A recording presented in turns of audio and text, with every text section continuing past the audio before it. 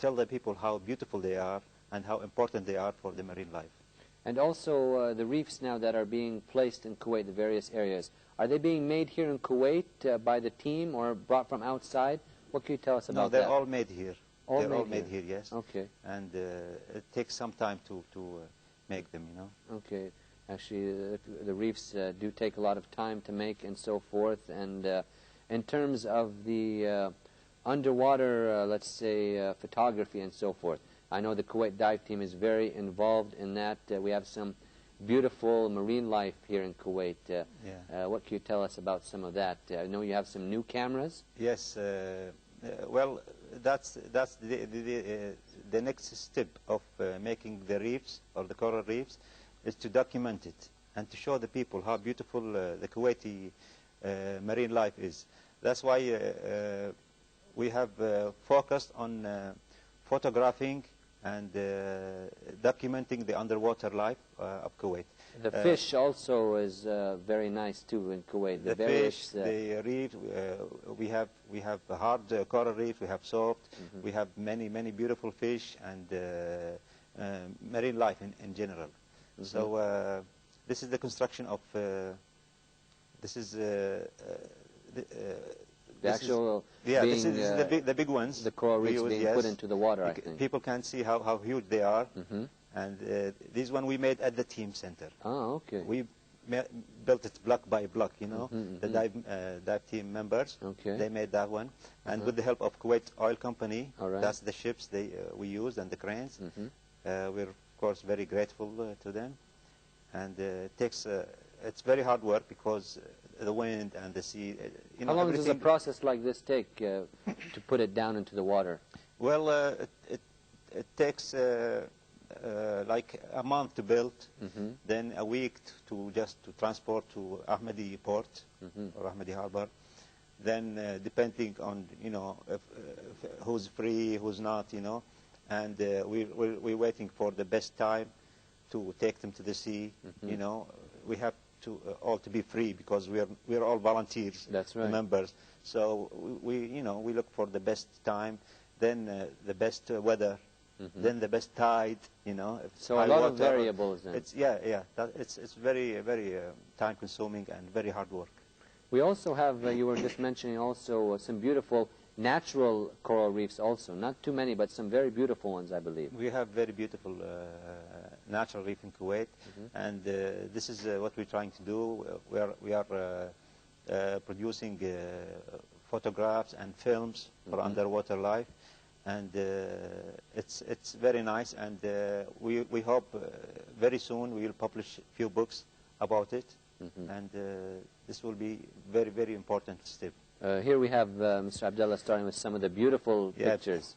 People can see how beautiful the Kuwaiti water, the marine life in Kuwait. Yes, this is Garo Island, and some of the pictures from actually this one is like from artificial reefs. Okay. Which is not artificial anymore. Yeah, you can't tell. It's so nice. And look at the beautiful colors there and everything. Yes, and you have beautiful fish. And when you dive in Kuwait, it's beautiful underwater. That's true. Oh, look at that right there, the beautiful colors and everything. Yes, and very vast marine life and everything. It's beautiful. It's beautiful. It of course, this is only like 1 week photography. These pictures. We hope after like a year or two we will publish more pictures, inshallah. I know that you're also in the process of the Kuwait Dive Team in the works of making a book, producing a book in English, I believe, also. Yes. You just touched on that a little bit. Can you tell us more about that? Well, I think it's at the final stages now. But what's holding is we want to give the publishers more photographs. Okay. So that's it. But it's fine. They're almost finishing, but we will provide them more with photographs. It will be in English and French.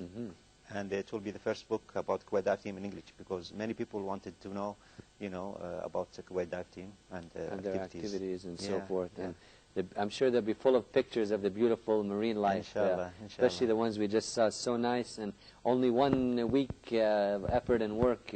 So more diving and more underwater photography will, I'm sure, get more beautiful pictures. But moving on with the questions that we have for you this evening, Abdullah Al-Fadhel, you recently finished the Garo and Al-Maradim cleanup of the coral reefs. Yeah. Now I believe that you just finished the coral reef cleanup in Kubbar Island. Yeah. Recently, I believe 2 weeks ago. Yes. Tell us about how that process went. Well, we started in 1999 with the Garo Island, Al-Maradim first island, then Garo Island in 99 and 2000. This year, alhamdulillah, we focused on Kubbar Island. There were a lot of people complaining about the debris around the coral reefs around the island. So we worked around 1 month, and on and off. And we collected the whole debris to one area, and the Kuwait Oil Company, again, they brought their big ships and cranes, and we lifted maybe 15 tons of debris. Okay. And now the coral reefs around Kubbar Islands are very clean, and they're very beautiful, back to their nature. Inshallah, we'd like to see the people that go to the islands also take care of the coral reefs. What would you tell them now, since we're talking about this debris and everything? This is the message. I mean, this is what we're doing.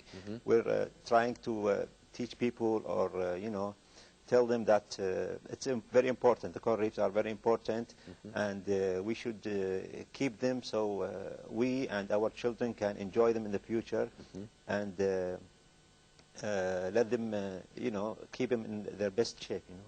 That's true. They should keep them in the best shape, and be aware of the environment and so forth, and try to keep the coral reefs clean, and not to.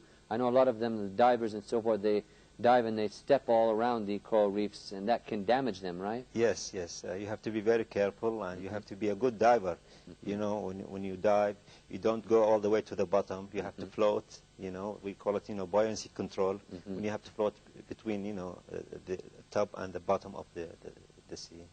Well, the Kuwait Dive Team is involved in so many various activities, of course, dealing with the marine life and everything, and the environment. But also there is the birds protection, which is being done in Garo. It's Garo Island's bird protection. Yeah. Can you tell us about that project, dealing with the birds protection in Garo Island? Well, most of our birds are in Garo and Kubbar Island. That's why it's all part of the environment. And also with Kuwait Dive Team, we have another team which is Kuwait Birds Monitoring and Protection Team. Yes. It's all connected, because the islands, if you clean up the coral reefs, then you have to take care of the environment on the island. These are the pictures of Kubbar Island, actually. Okay. And they come in thousands. And the strange thing is, they come to Kuwait in the hottest months of the year. Really? They come, you see the baby under the... Yes, that's right, yeah. Yeah.